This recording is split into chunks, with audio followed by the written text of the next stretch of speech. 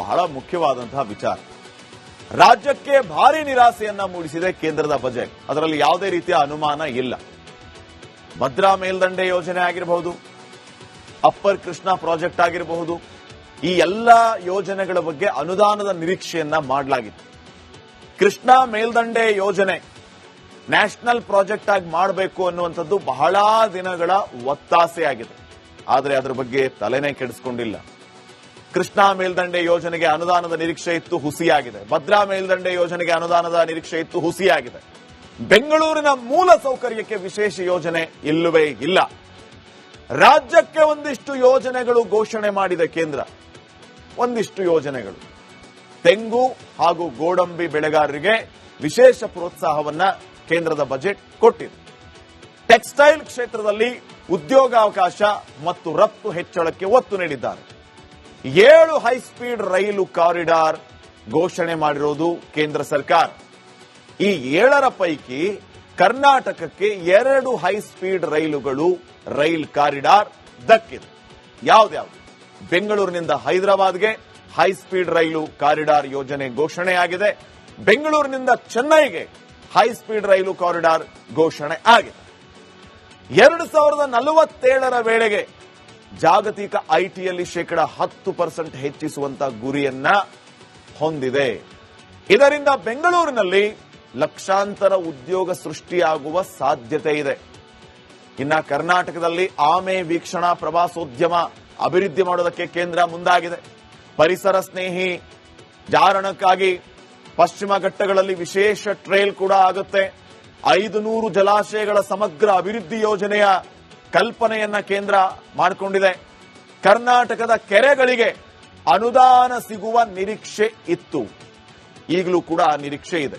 So ನಾವು ಅನ್ಕೊಂಡಂಗೆ ಅಥವಾ ನಾವು ಎಷ್ಟೆಲ್ಲ ನಿರೀಕ್ಷೆಯನ್ನ ಮಾಡಿದ್ವಿ, ಕರ್ನಾಟಕಕ್ಕೆ ಹೆಚ್ಚಿನ ಆದ್ಯತೆ ಸಿಗಬಹುದು ಅಥವಾ ನಿರೀಕ್ಷಿತ ಮಟ್ಟದಲ್ಲಿ ಆದ್ಯತೆ ಸಿಗಬಹುದು. ನಿರೀಕ್ಷಿತ ಮಟ್ಟದಲ್ಲಂತೂ ಆದ್ಯತೆ ಸಿಗಲಿಲ್ಲ. ಬೆರಳೆಣಿಕೆಯಷ್ಟು ಯೋಜನೆಗಳನ್ನ ಕರ್ನಾಟಕಕ್ಕೆ ನೀಡಿದ್ದಾರೆ. ಇದು ಬಹಳ ಬೇಸರದ ವಿಚಾರ. ಅದರಲ್ಲೂ ಕರ್ನಾಟಕದಿಂದ ಆಯ್ಕೆಯಾಗುವ ನಿರ್ಮಲಾ ಸೀತಾರಾಮನ್ ಕರ್ನಾಟಕದ ಬಗ್ಗೆ ಈ ರೀತಿ ನಿರಾಸೆಯನ್ನ ಮೂಡಿಸಿದ್ದು ಬೇಸರದ ವಿಚಾರ. ಇನ್ನು ನೆಕ್ಸ್ಟ್ ಬಹಳ ಮುಖ್ಯವಾದಂತಹ ವಿಚಾರ. ರಾಜ್ಯಕ್ಕೆ ಭಾರಿ ನಿರಾಸೆಯನ್ನ ಮೂಡಿಸಿದೆ ಕೇಂದ್ರದ ಬಜೆಟ್. ಅದರಲ್ಲಿ ಯಾವುದೇ ರೀತಿಯ ಅನುಮಾನ ಇಲ್ಲ. ಭದ್ರಾ ಮೇಲ್ದಂಡೆ ಯೋಜನೆ ಆಗಿರಬಹುದು, ಅಪ್ಪರ್ ಕೃಷ್ಣಾ ಪ್ರಾಜೆಕ್ಟ್ ಆಗಿರಬಹುದು, ಈ ಎಲ್ಲ ಯೋಜನೆಗಳ ಬಗ್ಗೆ ಅನುದಾನದ ನಿರೀಕ್ಷೆಯನ್ನ ಮಾಡಲಾಗಿತ್ತು.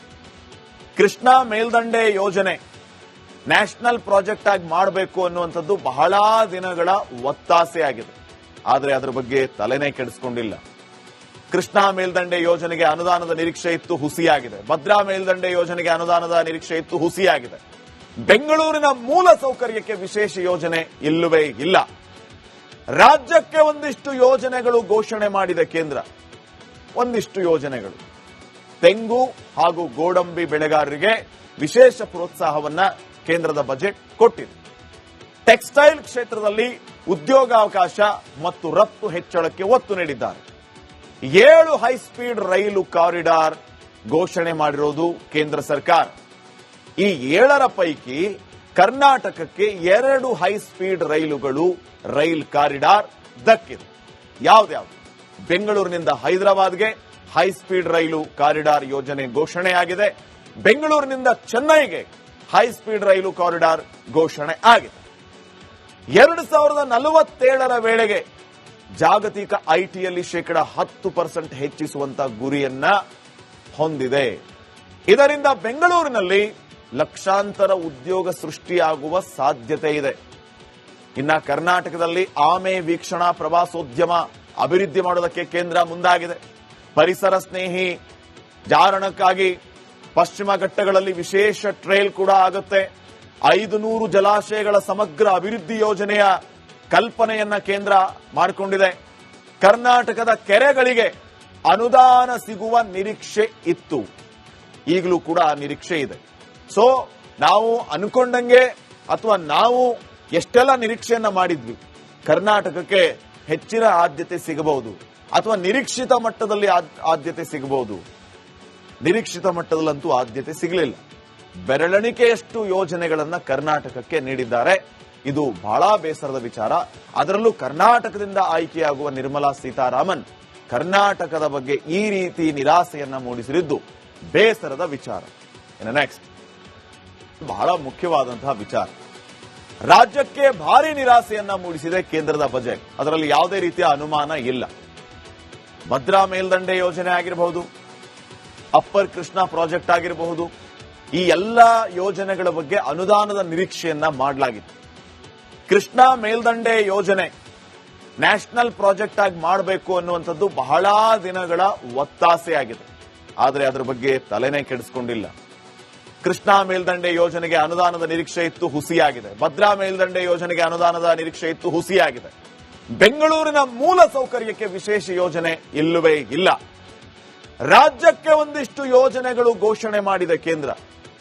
ಒಂದಿಷ್ಟು ಯೋಜನೆಗಳು ತೆಂಗು ಹಾಗೂ ಗೋಡಂಬಿ ಬೆಳೆಗಾರರಿಗೆ ವಿಶೇಷ ಪ್ರೋತ್ಸಾಹವನ್ನ ಕೇಂದ್ರದ ಬಜೆಟ್ ಕೊಟ್ಟಿದೆ. ಟೆಕ್ಸ್ಟೈಲ್ ಕ್ಷೇತ್ರದಲ್ಲಿ ಉದ್ಯೋಗಾವಕಾಶ ಮತ್ತು ರಫ್ತು ಹೆಚ್ಚಳಕ್ಕೆ ಒತ್ತು ನೀಡಿದ್ದಾರೆ.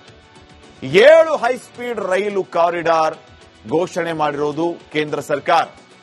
ಈ 7ರ ಪೈಕಿ ಕರ್ನಾಟಕಕ್ಕೆ 2 ಹೈಸ್ಪೀಡ್ ರೈಲುಗಳು ರೈಲ್ ಕಾರಿಡಾರ್ ದಕ್ಕಿದೆ. ಯಾವ್ದ್ಯಾವ್ದು? ಬೆಂಗಳೂರಿನಿಂದ ಹೈದರಾಬಾದ್ಗೆ ಹೈಸ್ಪೀಡ್ ರೈಲು ಕಾರಿಡಾರ್ ಯೋಜನೆ ಘೋಷಣೆಯಾಗಿದೆ. ಬೆಂಗಳೂರಿನಿಂದ ಚೆನ್ನೈಗೆ ಹೈಸ್ಪೀಡ್ ರೈಲು ಕಾರಿಡಾರ್ ಘೋಷಣೆ ಆಗಿದೆ. 2047ರ ವೇಳೆಗೆ ಜಾಗತಿಕ ಐಟಿಯಲ್ಲಿ 10% ಹೆಚ್ಚಿಸುವಂತ ಗುರಿಯನ್ನ ಹೊಂದಿದೆ. ಇದರಿಂದ ಬೆಂಗಳೂರಿನಲ್ಲಿ ಲಕ್ಷಾಂತರ ಉದ್ಯೋಗ ಸೃಷ್ಟಿಯಾಗುವ ಸಾಧ್ಯತೆ ಇದೆ. ಇನ್ನ ಕರ್ನಾಟಕದಲ್ಲಿ ಆಮೆ ವೀಕ್ಷಣಾ ಪ್ರವಾಸೋದ್ಯಮ ಅಭಿವೃದ್ಧಿ ಮಾಡೋದಕ್ಕೆ ಕೇಂದ್ರ ಮುಂದಾಗಿದೆ. ಪರಿಸರ ಸ್ನೇಹಿ ಜಾರಣಕ್ಕಾಗಿ ಪಶ್ಚಿಮ ಘಟ್ಟಗಳಲ್ಲಿ ವಿಶೇಷ ಟ್ರೇಲ್ ಕೂಡ ಆಗುತ್ತೆ. 500 ಜಲಾಶಯಗಳ ಸಮಗ್ರ ಅಭಿವೃದ್ಧಿ ಯೋಜನೆಯ ಕಲ್ಪನೆಯನ್ನ ಕೇಂದ್ರ ಮಾಡಿಕೊಂಡಿದೆ. ಕರ್ನಾಟಕದ ಕೆರೆಗಳಿಗೆ ಅನುದಾನ ಸಿಗುವ ನಿರೀಕ್ಷೆ ಇತ್ತು, ಈಗಲೂ ಕೂಡ ಆ ನಿರೀಕ್ಷೆ ಇದೆ. ಸೊ ನಾವು ಅನ್ಕೊಂಡಂಗೆ ಅಥವಾ ನಾವು ಎಷ್ಟೆಲ್ಲ ನಿರೀಕ್ಷೆಯನ್ನ ಮಾಡಿದ್ವಿ, ಕರ್ನಾಟಕಕ್ಕೆ ಹೆಚ್ಚಿನ ಆದ್ಯತೆ ಸಿಗಬಹುದು ಅಥವಾ ನಿರೀಕ್ಷಿತ ಮಟ್ಟದಲ್ಲಿ ಆದ್ಯತೆ ಸಿಗಬಹುದು. ನಿರೀಕ್ಷಿತ ಮಟ್ಟದಲ್ಲಂತೂ ಆದ್ಯತೆ ಸಿಗಲಿಲ್ಲ.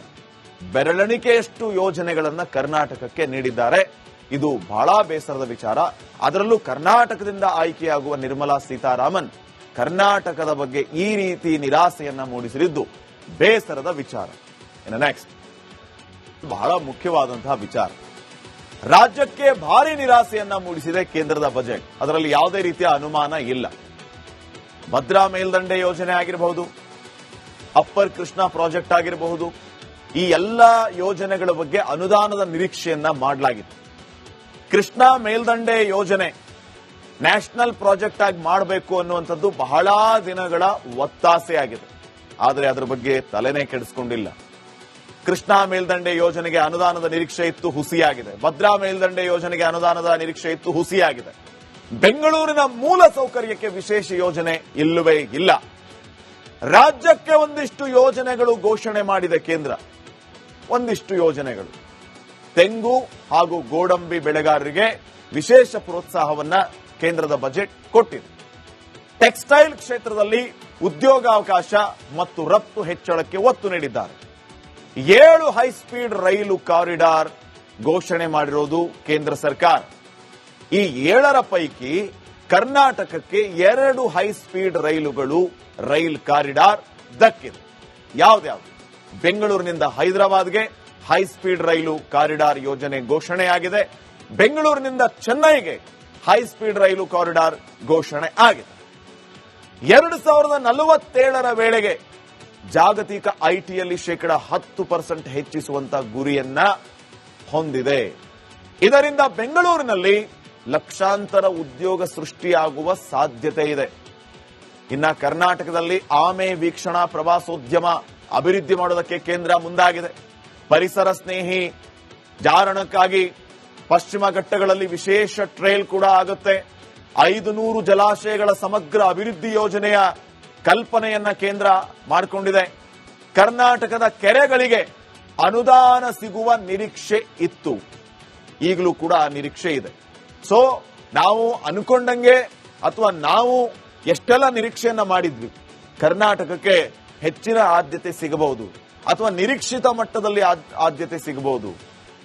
ನಿರೀಕ್ಷಿತ ಮಟ್ಟದಲ್ಲಂತೂ ಆದ್ಯತೆ ಸಿಗಲಿಲ್ಲ. ಬೆರಳೆಣಿಕೆಯಷ್ಟು ಯೋಜನೆಗಳನ್ನ ಕರ್ನಾಟಕಕ್ಕೆ ನೀಡಿದ್ದಾರೆ. ಇದು ಬಹಳ ಬೇಸರದ ವಿಚಾರ. ಅದರಲ್ಲೂ ಕರ್ನಾಟಕದಿಂದ ಆಯ್ಕೆಯಾಗುವ ನಿರ್ಮಲಾ ಸೀತಾರಾಮನ್ ಕರ್ನಾಟಕದ ಬಗ್ಗೆ ಈ ರೀತಿ ನಿರಾಸೆಯನ್ನ ಮೂಡಿಸಿದ್ದು ಬೇಸರದ ವಿಚಾರ. ಇನ್ನು ನೆಕ್ಸ್ಟ್